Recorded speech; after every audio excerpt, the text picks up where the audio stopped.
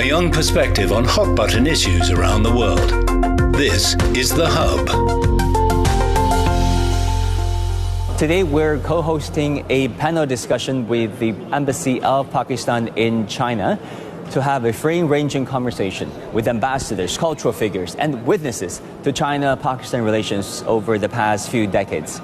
We asked them how come this relationship between China and Pakistan can stay so strong and so resilient over the years and decades. Here is our conversation. And now is the panel discussion from Summit Halls to Shared Stories. We're very honored to have a cutting-edge group of witnesses, scholars, and those who really lived this relationship through the decades. So, let's get to it. Madame Geng Jing, let me introduce her first. She is the chairperson of China Cultural Heritage Foundation. Also, should I note, her grandfather was the former Chinese ambassador to Pakistan. Not only, her grandfather was also the vice premier of People's Republic of China visiting Pakistan in the 1970s, a photo of which was captured outside. We always talk about Iron Brothers. What is the Ba-tie? How Ba-tie was formed? How will the Ba-tie relationship continue? And how can we understand it now? Your Excellency, Ambassador, or the distinguished guests, good afternoon. This year is the 74th anniversary of the diplomatic relations of China and Pakistan. Over the past decades, actually, our relationship has transcended the mere diplomatic relations. In the last century, both of our countries were riddled with a lot of problems, but the two countries, we brothers, have joined hands to build the Kazakh-Kunlun highway, which was built with lives and the sweat and blood, which has been a symbol for the relationship and the friendship of the two countries. This highway itself is already the common heritage of the two countries, and all those touching stories happened with several generations have already engraved in the minds and hearts of the two people in our genes. So the two peoples never forget our initial motivation, and this is a spiritual heritage of us. And today we have seen so many pictures which bring us a lot of good memories. Our friendship has withstood a lot of tests and the twists and turns, and also witnessed our solidarity and friendship. This friendship is also originated from our solid tenacity. We always remember each other whenever we are in the good shape or in the bad conditions. Pakistan has been our ironclad brother, not only in words, but through so many multilateral and bilateral occasions. And I think one person knows better than many, that is Ambassador Hashmi. It is, by the way, not his first posting to China. It is your third, right? Second posting to China. I would like to, of course, invite you, Ambassador, to first of all, if you don't mind, comment on what Madame Geng had just said, and also by telling us a bit about the role of conventional diplomacy, for which you have been so deeply engaged in carrying forward this relationship and building one milestone after another. I want to first of all, once again, thank our friends. First and foremost, Madam Geng, Ambassador Zhang, and others, Professor Tang Wangcheng, Professor Li, Nasreen, and Professor Zhou, for joining us today for this panel. And I want to begin by something what Madam Geng mentioned. And I think it is so true. It is now ingrained in our DNA to be supportive of each other, to stand by each other in good times and in not so good times. That has been our tradition, And I think that is the case now, and going forward, that will be certainly the case. And I say this with conviction because what I have seen, at least in my career over 30 years, this is what I have seen. Many storms have come and passed. Many regional and international changes have occurred. But there is one constant, and that is Pakistan-China friendship. This is a friendship and a partnership that just not emerge out of thin air. There is a lot of hard work on both sides. There is a lot of attention, joint efforts. So from the Pakistani side, I think the 1960s was conspicuous because 3-4 things happened. Of course, our diplomatic relations, they were established in 1951 and a lot of work went into it. But 60s, I want to point out, the first one was, I think, which was a big transformational thing that happened, and that was our two countries coming together and negotiating and finalizing a border treaty. So that was one of the first ones that China concluded with its neighbors in modern times. Soon after, the next year, was the Pakistan International Airlines, the first non-communist country to operate. And I think Pakistan International Airlines became, in many ways, a window to China for the world, because many leaders, many people from China, they use Pakistan International Airlines from Beijing, from Shanghai, to go to Karachi and then onwards. And I think that was 20th century connectivity that was put together at that time. And as you mentioned, Dr. Kissinger's visits to China were facilitated by Pakistan, and that became another window for China to the world. And fourth was, I think, the foundation was laid in the 1960s, and that was to pave the way for China's rightful entry into the United Nations and to reclaim its legitimate seat at the UN Security Council. So in all these endeavors, I think Pakistan stood out and always lent a helping hand. But I want to emphasize again, this is just I'm as a representative of my country, I'm just highlighting 4 aspects or 4 events which in my view had in many ways transformational impact. And this is the thing I wanted to highlight as the building blocks and the joint efforts and hard work on both sides. What I wanted to emphasize equally was also that there were so many gestures and so many efforts and so many contributions from China as well.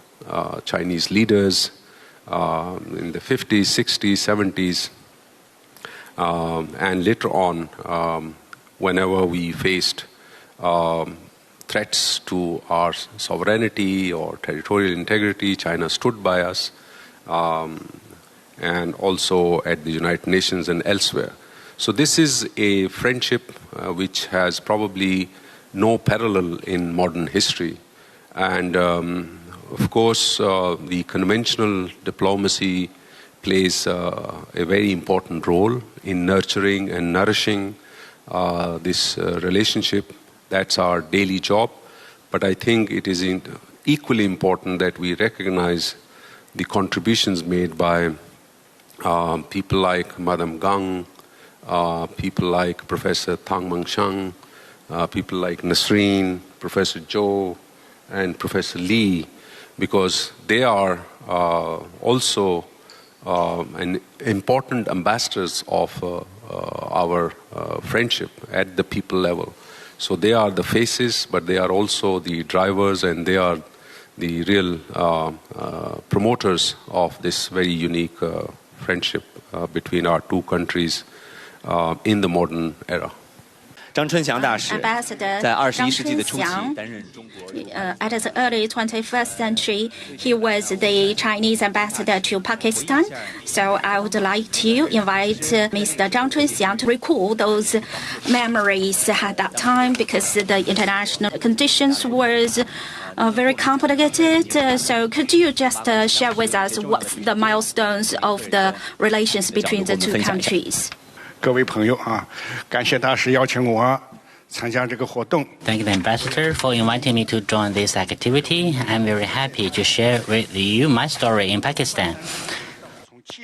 When I was a student learning world language, I started to deal with Pakistan friends. Now 50 years have passed.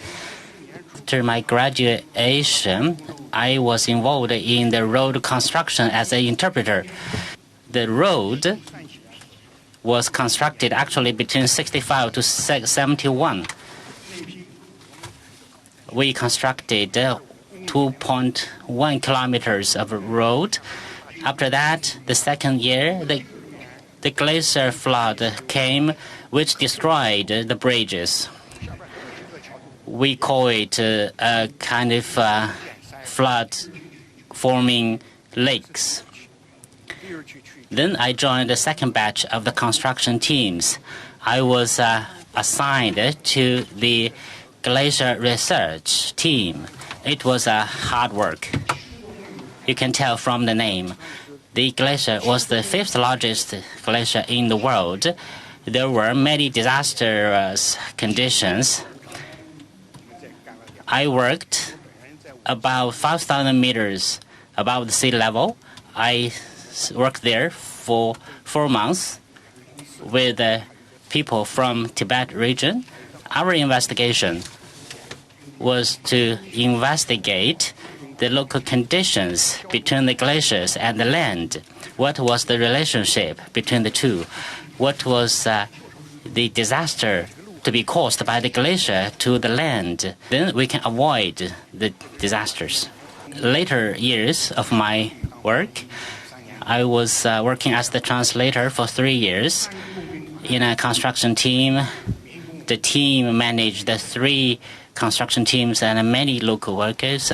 After that, I came to the embassy to work. I experienced firsthand how to construct the road. Pakistani friends who are more than 60 can sing the Chinese song, I love Tiananmen Square, because we've seen it every day. So the friendship went deep to everybody's heart between our two sides. When there was an accident, when there was a casualty, we rushed to the rescue. I rescued Pakistani workers who were injured, and Pakistani rescue workers rescued Chinese workers as well. So our friendship is bonded by flesh and blood. So with this story, you would understand how the Bati Iron Brother can come. Iron Brother is the real thing, a real reflection from our daily life. We are Iron Brothers to Pakistan people, and Pakistan people are Iron Brothers of Chinese. I lived and worked in Pakistan for 23 years when our friendship increased several levels. I witnessed countless milestone visits. Some many years of working in Pakistan, we can see what are the milestones of our relationship. I think about 5 milestones. In 70 or 80 years, 1970s and 80s, Kalagonglo Road was a milestone. Why the road was constructed? Why, when China was so poor, we still insisted to construct the road? Because we needed to break the siege of international community. So this is the one milestone, right? You agree with me, right? Kalakunlun KKH Road. It was a window for China to go to South Asia. It is a one milestone.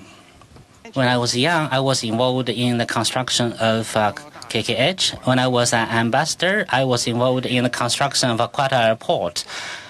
Qatar port was constructed in 36 months. I visited there 5 times. So this port was a special agreement between China and Pakistan. The third milestone, China helped Pakistan during my term to help with the aircraft. That time is the Xiaolong compact aircraft. So this is the third milestone. As the fourth milestone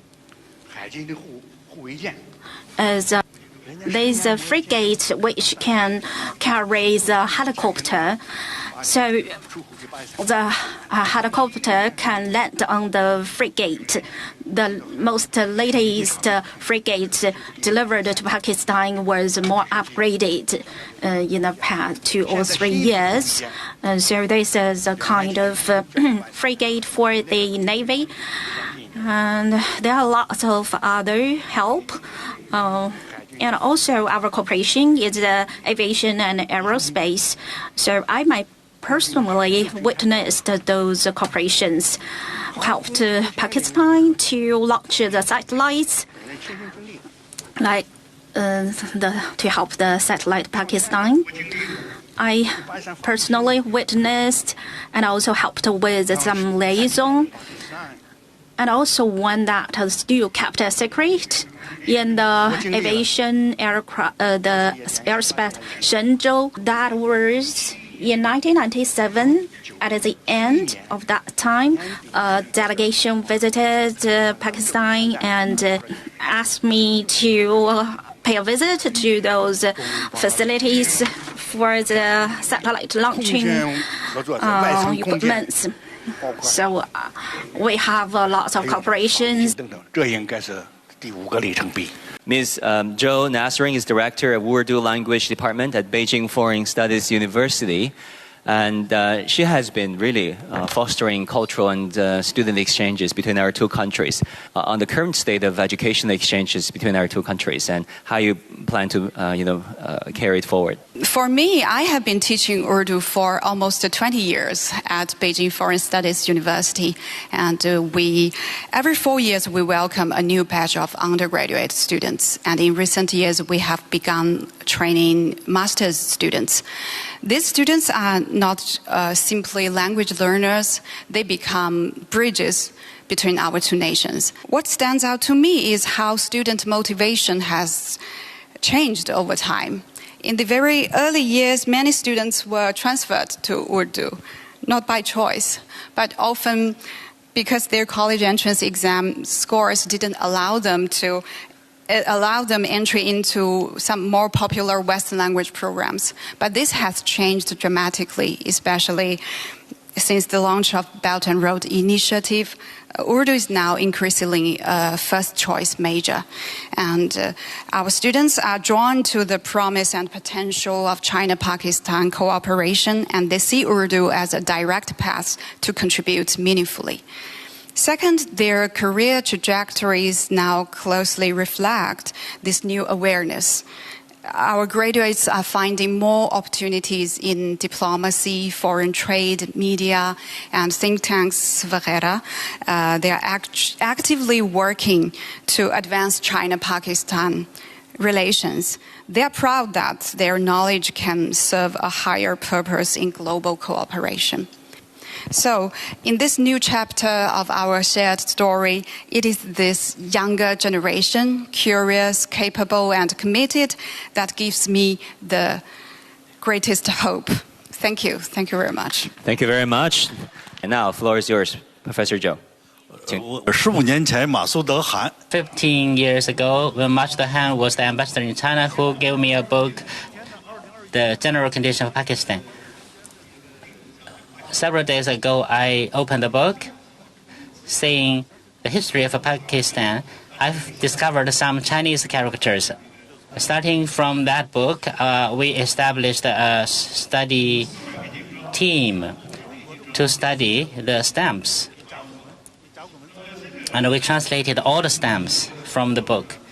Why we did that? Because Chinese characters can be dated back 4,500 years ago. It was appeared in Pakistan. more standardized character than the oracle. So this is the first value. Second value, the Indo-River civilization has many intertwined Chinese civilizations. 融合。好，谢谢您。We do have today with us Professor Tang Mengsheng, Director of Pakistan Studies Center at Peking University. Professor Tang, thank you so much for being with us. 作为中巴文化交流的使者，见证 As the ambassador and witness of China-Pakistan cultural exchanges and educator, after seeing the photo exhibition and listening to the other speakers' words, what are you thinking right 实际 now? 上，我们中巴文化教育 Actually, our exchange in education is thriving because the platform of education exchanges is very powerful and unique, especially among the third world countries. Especially after Chinese President Xi Jinping visited Pakistan in 2015, the platform of educational cooperation between our two countries have been thriving. Why this kind of academic exchanges can be continued? It was because of a strong political mutual trust between our two countries. The political mutual trust is the solid foundation for educational exchanges and the most powerful impetus. Another point is that we have different cultures and political systems between our two sides, which have given us many subjects of study. Third one is political and economic cooperation require us to do the academic study.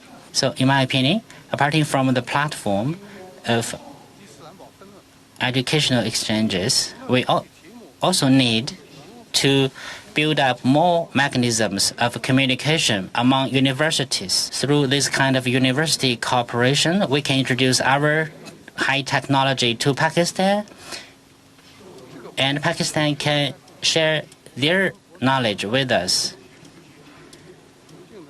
By working together, we can make a concerted effort to address some common challenges. In this way, we can promote the technology development and educational cooperation between two sides. Thank you very much. 做出更大的贡献。谢谢各位。好，感谢您的肺腑之言和 Thank 对我 you 们未 for 来教 your 育的 suggestion for the future cooperation. Now we also have Dr. Li Ruohong, Chairman of the Peace Garden Museum. I'd like to ask him about, the utility, the role that he sees in having museums as a powerful vehicle in moving our relationship forward. Dr. Li, my question is, as a space of aesthetics and living, how can in promoting the bilateral tie? 好，感谢主持人，感谢大使阁下和 Thank you, the moderator, for giving me this opportunity. Thank you, the ambassadors. Thank all dear friends for listening to me. Thanks to my living and work experiences, I witnessed the bilateral tie development from the beginning over the past 7 decades. Talking about a museum.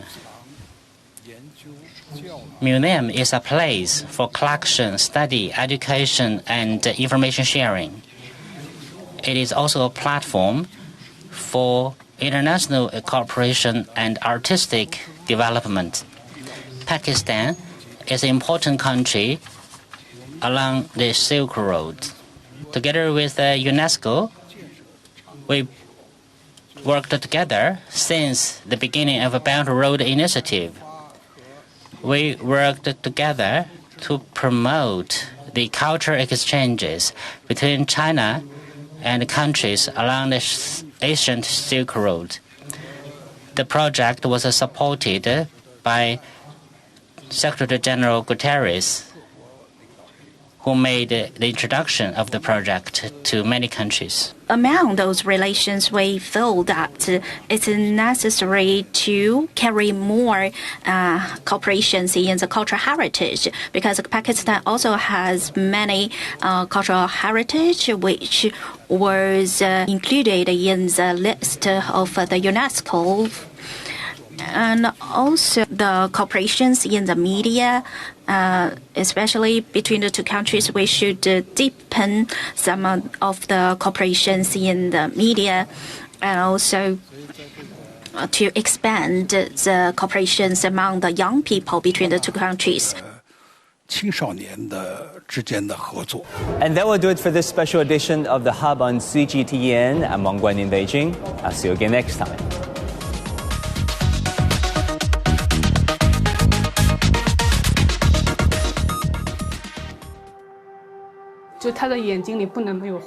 He can't live without the yellow river in his eyes. The Yellow River is so noble and elegant. Both my grandpa and dad made the living from the river. Would you like to move away from the Yellow River? I don't think I will. I love it so much. The Yellow River, the second longest river in China, is regarded as a shaping force in the history, economy and culture of northern China. Today, about 100 million people live within its water basin, making up nearly 9% of the country's population. How is climate change felt at its headwaters, and what are the locals doing to cope with it? What are the descendants of the boatmen doing? What has kept some people from leaving their home village by the river, and what has drawn others back? Could the fading fishing community revive in a time of digital transformation? From 2021 to 2024, our reporters visited the upper, middle and lower reaches of the Yellow River, talked to the herders, farmers, boatmen, fishermen and eco-activists who share a close bond with the river, and present their stories in pictures, podcasts and videos, all in our 12-part series, The Yellow River Mosaic, available only on CGTN Radio